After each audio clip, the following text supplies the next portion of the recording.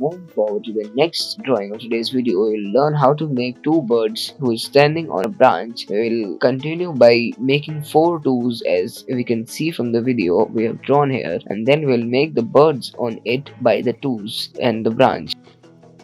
Moving forward to the next drawing of today's video, which is also really easy and beautiful, we will learn how to make this beautiful crane who is standing on one leg with his beautiful wings and his shiny eyes. You can easily see from the video and learn it.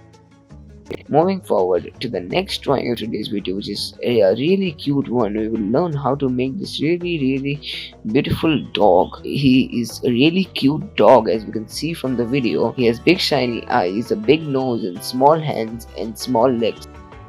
Moving forward to the next drawing of today's video, we can learn how to make a moon and a star in the clouds. As you can see from the video, the stars are tied by the moon and they are helping them hang the moon, and the sky is full of stars.